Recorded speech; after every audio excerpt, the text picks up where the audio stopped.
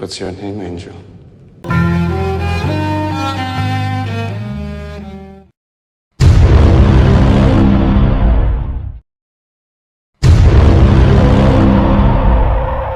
Sorry, this isn't actually the big screen adaptation of the Joss Whedon influenced Angel TV show.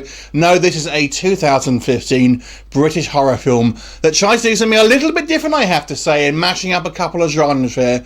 So let's talk about Angel, aka Still Waters, depending on where you're watching this from.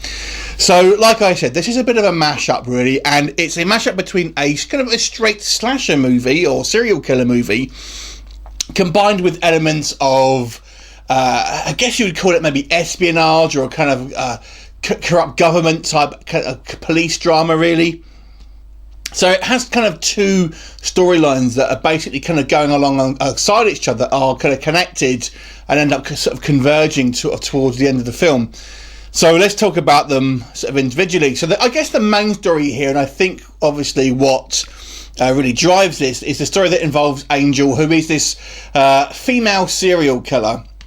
Now she's she's fairly young, and basically we kind of get a bit of a backstory about how it's happened. Essentially, she's been quite heavily abused when she was younger, and is basically kind of turned into this monster that really just snaps basically, and has essentially left a trail of bodies kind of in her wake, and it sort of follows her journey in trying to obviously remain somewhat anonymous, and the kind of the characters that she gets introduced with and kind of meets along the way.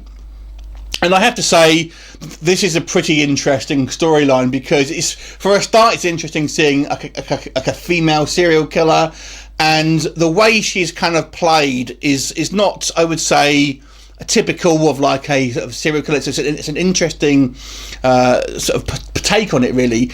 But what I really liked is the way that she just kind of snaps.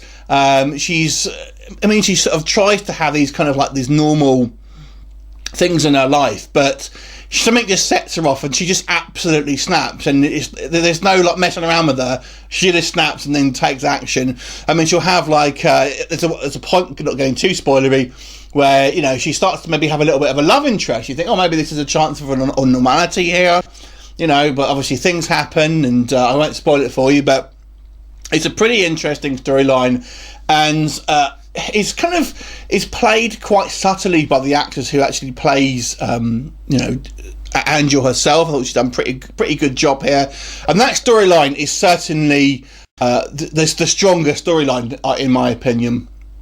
Now, running alongside that, basically, you have this other storyline, which is the efforts of the government and the police and sort of government agencies to essentially track down Angel and kind of put a stop to it. And it kind of unfolds into a kind of a wider conspiracy involving paedophiles and things like that. I won't go too much into it, although I have to say this storyline is a lot weaker.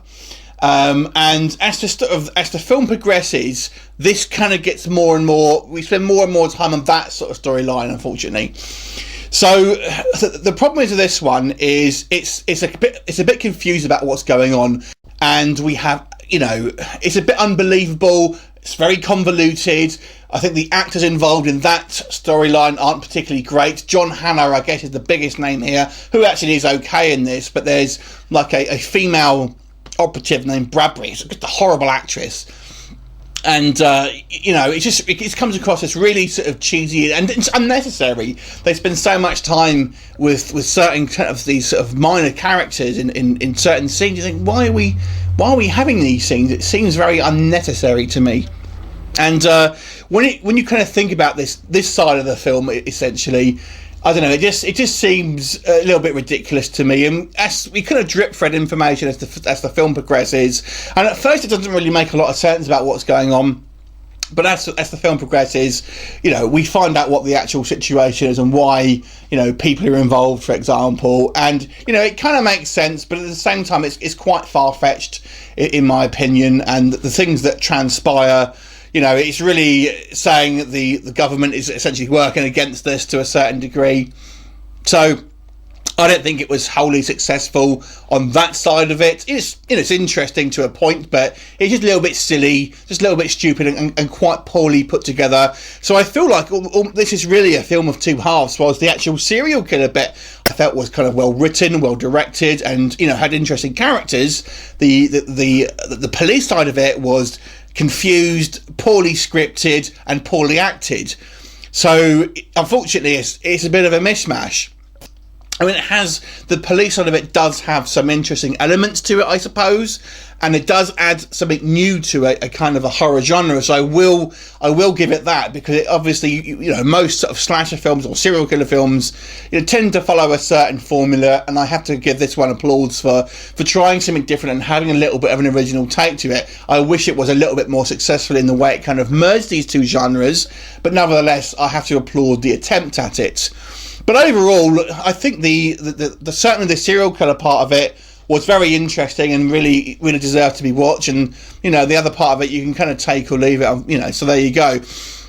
So overall, I will give this movie a 6 out of 10, because I think, to be honest with you, it's probably a slightly better than average film, because it is a bit of a different sort of take on the sort of serial killer genre, and it makes for an interesting viewing experience, because it is that you have some familiar stuff here, but it adds a certain amount of kind of new spice to it as well. Like I said, definitely some downsides to this movie. I'd be interested to hear anyone who's watched this and what they think about it, and how they felt the kind of the two sort of storylines intermeshed, basically, and if you felt like the kind of the government side was as pointless as I thought it was. Anyway, leave me a comment and I will look forward to seeing you next time. Bye for now.